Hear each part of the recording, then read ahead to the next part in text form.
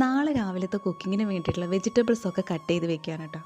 ഞാനിങ്ങനെ തലേ ദിവസം തന്നെ പറ്റാവുന്ന അത്ര പണികളൊക്കെ ഒരുക്കി വെച്ചിട്ടാണ് കിടക്കാറ്. ഇതൊക്കെ കാണുമ്പോൾ പലപ്പോഴും ചേട്ടൻ എന്നോട് ചോദിക്കുന്ന ചോദ്യമാണ്, എന്നാൽ പിന്നെ നാളേക്കുള്ള ചോറും ബ്രേക്ക്ഫാസ്റ്റും കൂടെ അങ്ങ് ഉണ്ടാക്കി വെച്ച് കിടന്നോ, എന്നാൽ ആ പണിയില്ലല്ലോ നാളെ എന്ന് പറയും.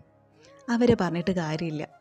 ഇതുപോലെ പണ്ട് എൻ്റെ അമ്മ തലേ ദിവസം ഇങ്ങനെ പണികളൊക്കെ ഇങ്ങനെ ഒരുക്കി വെക്കുമ്പോൾ, അതായത് പച്ചക്കറിയൊക്കെ കട്ട് ചെയ്ത് വെക്കും, തേങ്ങ ചിരകി വെക്കും, അങ്ങനെ ഓരോരോ പണികൾ ചെയ്യുന്നത് കാണുമ്പോൾ ഞാനും ചോദിക്കാറുണ്ട്, എന്തിനാ അമ്മ ഇതൊക്കെ ഇങ്ങനെ ചെയ്ത് വെക്കുന്നത്, നാളെ ചെയ്താൽ പോരേന്ന്.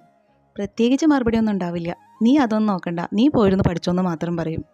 ഇപ്പം അതേ സ്ഥാനത്ത് ഞാൻ എത്തിയിരിക്കുന്നു. 9 മണിയാകുമ്പോഴത്തേക്കും മോളുടെ സ്കൂൾ ബസ് വരും, ഏട്ടനും 9 മണിക്ക് വർക്കിന് ഇറങ്ങും. എല്ലാം റെഡി ആവണ്ടേ അപ്പോഴത്തേക്കും. ഇന്ന് എല്ലാ സൗകര്യങ്ങളും നമ്മുടെ അടുക്കളയിലുണ്ട്. ഈ സൗകര്യങ്ങളൊന്നും ഇല്ലാത്തൊരു കാലത്ത് നമ്മൾ എത്ര നേരത്തെ സ്കൂളിൽ പോയിരുന്നു.